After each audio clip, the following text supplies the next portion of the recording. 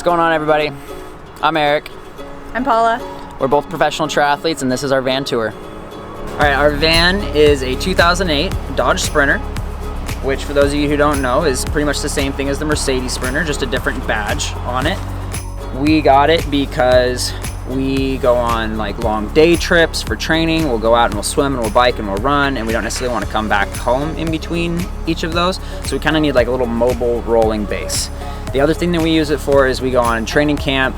Like in a couple days, we're gonna go to Tucson for several months, and we need something to take all of our bikes down with us and sleep in on the way, and it just makes it so much easier than going down in a small car. Things that we immediately did on the outside were the tires were really worn out, so we got Goodyear Wranglers. Pretty overkill, to be honest, for most of the stuff that we're gonna hit, but we really wanted to make sure that we weren't ever gonna get stuck in the snow because Paula's from Canada, and that is just not something you wanna have, especially with a rear-wheel drive van. The other thing that we got right away is a whole rack system from Thule. We just have 2 crossbars up there. Those are the aerodynamic kind. They're super awesome. And then we put an XXL box on top. Put in the box up there things that we just aren't gonna need very often. Like I've got some extra tools. We put a couple bike bags. It'll actually fit 2 of our Sycon soft bike bags and just a couple other little odds and ends. The other thing that we did, ladder, gets us up on top. That's a Serco ladder. It's certainly not the most expensive, it's not the cheapest, but it gets the job done. Most recent thing that I did on the outside, and probably the scariest thing, is putting in this window. This is a CR Lawrence window. It's pretty much what everybody puts in. It's not double paned, it's gonna lose a little bit of heat, but as you'll see later, we got quite a few pillows up against it inside, so we're not ultra concerned about the heat loss with that. Also, our whole goal with the van is to go places that are warm, not places that are freezing cold. We'll get to it a little bit more in the electrical system, but we don't have any solar up on the roof. That's kind of an aspirational thing. It's pretty expensive. And right now, I think we can get all the power that we need just off of the alternator, charging the house battery. Let's go inside. Okay, so the very first thing we did on the inside was replace the floor. So underneath the original flooring, it was full of this oil and crud, so we had to get rid of that and installed this coin grip, which has been great. That was like the first thing we did when we bought it. Most recently, Eric put in a swivel chair, which kind of like allows for a more open space because it's supposed to sit when we're getting our gear on or just like hanging out in the van between sessions and stuff. So most of the cabinetry in here is just from IKEA. Eric got these 2 sliding drawers and this shelf.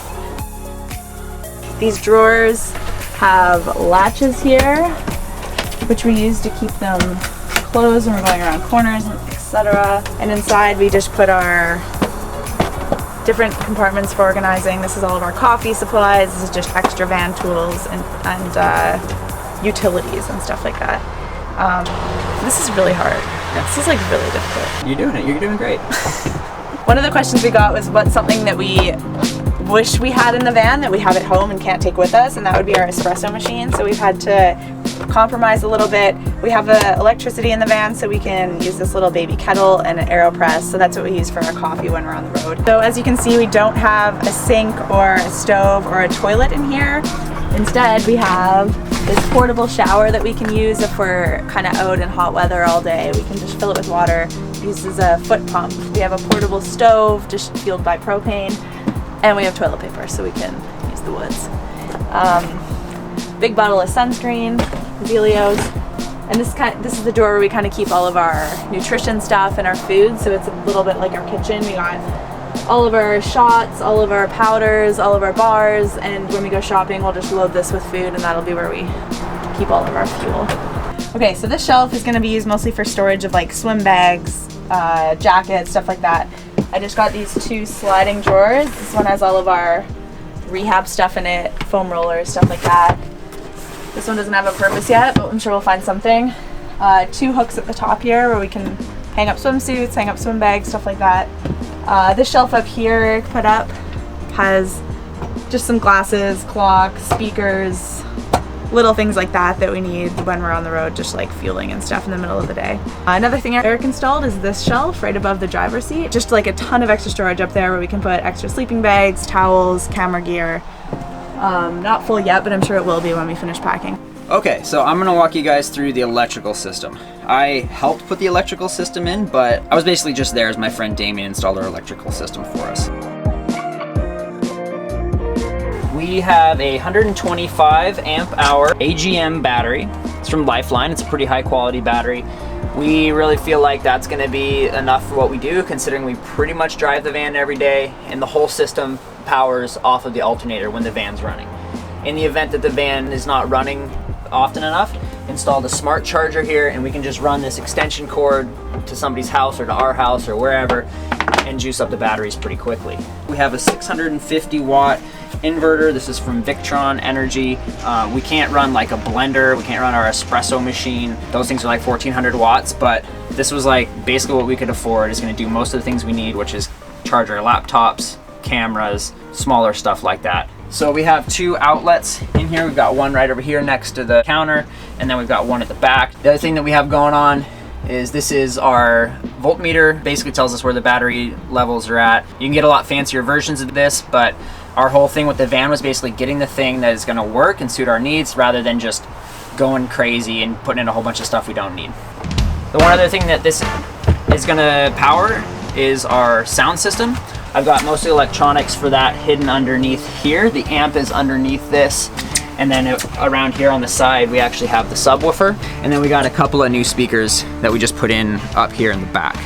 This system is absolutely out of control. It's like a $2,500 system.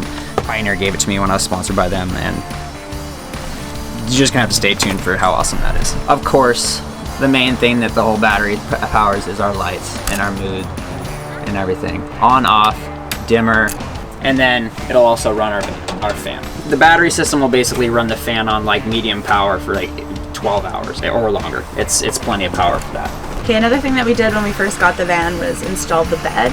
It looks a lot better now. We've done a lot of work on it, but it was pretty much functional as a moving kind of camper van right when we got it. What we did most recently was install these walls that are really awesome with insulation behind them, so it'll just stay cooler in the summer, warmer in the winter. Got this special fabric that's pretty resistant to stains and stuff like that. We actually got bike grease on it as we were installing them yesterday, and that wiped right off, thank God. That was pretty scary. Eric also put these indents. I'm like 5'6", 5'7", Eric's 5'8", 5'9", 5'10", something like that. So we kind of have to go sideways, but like it's totally comfortable, and we have like memory foam mattress on here. It's almost more comfortable than our bed at home. And I was in charge of the pillow selection, which is beautiful. So the window will slide open just to allow for a lot of extra airflow, especially when the fan is running, because that's one thing when we're sleeping in here, it can get pretty hot in the summertime, so that's a nice addition. I just want to talk about the ceiling really quick because I feel like I might get some questions about that, and I'm super proud of it. This is just 1/4 inch thick plywood. There's a layer that I painted black, and then this is a whole bunch of 1/4 inch plywood that I ripped and then stained. We don't have a fridge in here, but we did put our Yeti cooler in here, so that's kind of sufficient for the kind of lengths of trips that we're doing. We can keep our, fizzy water and extra snacks and stuff in there. Maybe get a fridge someday, but for now this is like totally sufficient for us. To the garage. We're almost there, everybody. Home stretch, garage, and then we are going to answer some of the questions that we got from Instagram and from YouTube. So we have capacity for 4 bikes in here. We have fit 5, but I have fork mounts for 4, and we kind of go end to end with them. We have storage up here on the wheel wells for both of our smart trainers, because we're going to take those with us when we go to training camps. They are strapped in using some L-track. You can basically take little hooks on it and move it anywhere you want, so it's pretty modular. And that's also the way that I've got the cooler strapped down, and it's not going to move while we're driving. We put in a couple of hooks here for our helmets. We actually got the hook for a different place, but it just ended up being perfect here, and it holds helmets incredibly. The other thing we have in the garage here, this is this kick-ass Thule storage system. That's gonna hold kind of all our shoes, sunscreen, all sorts of extra stuff that we might want right here at the back just before we go ride. Wheel storage, they're just gonna go right there, but we'll basically tie them down. I got some Velcro straps to make sure they're not flopping around while we ride. We put the coin grip stuff on the walls as well as on the floor. Like Paula was saying earlier, we got grease on our fabric up there just installing it. So our lives are pretty greasy, and we wanted to have the garage area as weatherproof, bike-proof as it could possibly be. So that's about it. Let's do some questions. All right. So we put out a kind of Instagram question thing where people could ask questions about the van. So we're just gonna run through a couple of those that we haven't really touched on in the tour. Yeah, number one question is how much did the van cost? Just really quick, tallied everything up. Roughly, bought the van for $18,500. The power system we put in was $1,800. All the wall type stuff came out to be around $500. The floor was $200. This kitchen IKEA system thing, $500. Tires were around $750. Sound system would be $2,500. Bed only cost about $100 because those struts, the things that hold the bed up, are IKEA and they're like $9. Insulation, $150. The swivel seat was $250. Window, $200. And our fancy off-cut leftover piece of countertop, $100. A steel. And probably a couple hundred more just on like aesthetic stuff, hooks, bedding, stuff like that. Yeah, so that brings our grand total to $25,550. So we will sell it to you for $50,000. That's that question. How many miles per gallon does it get? I want to say like between 18 and 22 miles per gallon. A lot of people asking about if we have a shower, what our toilet situation is, kind of touched on that. Don't have any of that. That's kind of like another level of like RV style camper that we just weren't really interested in. We stop for coffee all the time. If we need to go to the bathroom, get a drink, or go outside if we're in the woods. But also, what is a gallon? For all you Canadians out there. Something that you're glad you did this time versus previous builds. Buying the IKEA stuff. I'm not sure I would do that next time, but building cabinets, the last time I tried to build cabinets was incredibly difficult. Do you use your feedback trainer whilst in the van? No. The point of the van is to not have to use the feedback trainer, but we actually could.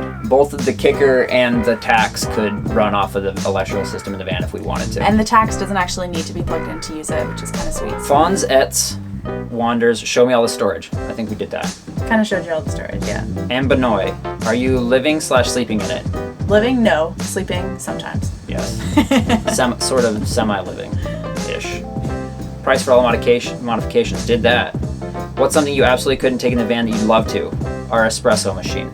Goals for bigger inverter. Where do you keep the snacks? Got that. Lower drawer. Are you making plans for a rooftop lounge space? That was my sister that asked that. I mean, you could hang out up there if you want to. The big racks that you can actually stand on are like $3,500, so that would be, many race wins down the road.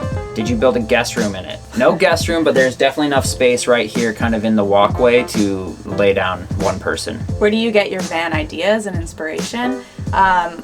Instagram and YouTube is honestly like where we get lots of it. There's millions of van tour videos on Instagram, so we kind of took bits and pieces of everything that we saw that we liked, tried to make it as affordable as possible. At the end, it all has to like suit your own needs and be unique to what you need, and for us, we need a mobile garage basically. I think that's all the questions. Like, a lot of them were the same. If you have any more questions or we didn't get to your question, just ask it in the comments. How do we find time to build the van when we're training for so many hours per week? Well, we stayed up till midnight last night to get it done, but that was only because we had to do the Sunday YouTube release. Yeah, we are working hard for you guys to make sure this comes out on Sundays, so thank you for the love and the subscription. The bulk of the van build got done in the off season when I was training for 4 hours a week maybe, so that's how I do van builds, is I go insane on the off season and then we go use them on the on season. That's it. We're done. Hope you guys loved it. If you did, let us know. If you have any more questions, let us know. We read all the comments. We love them. You guys are the best. See you next week.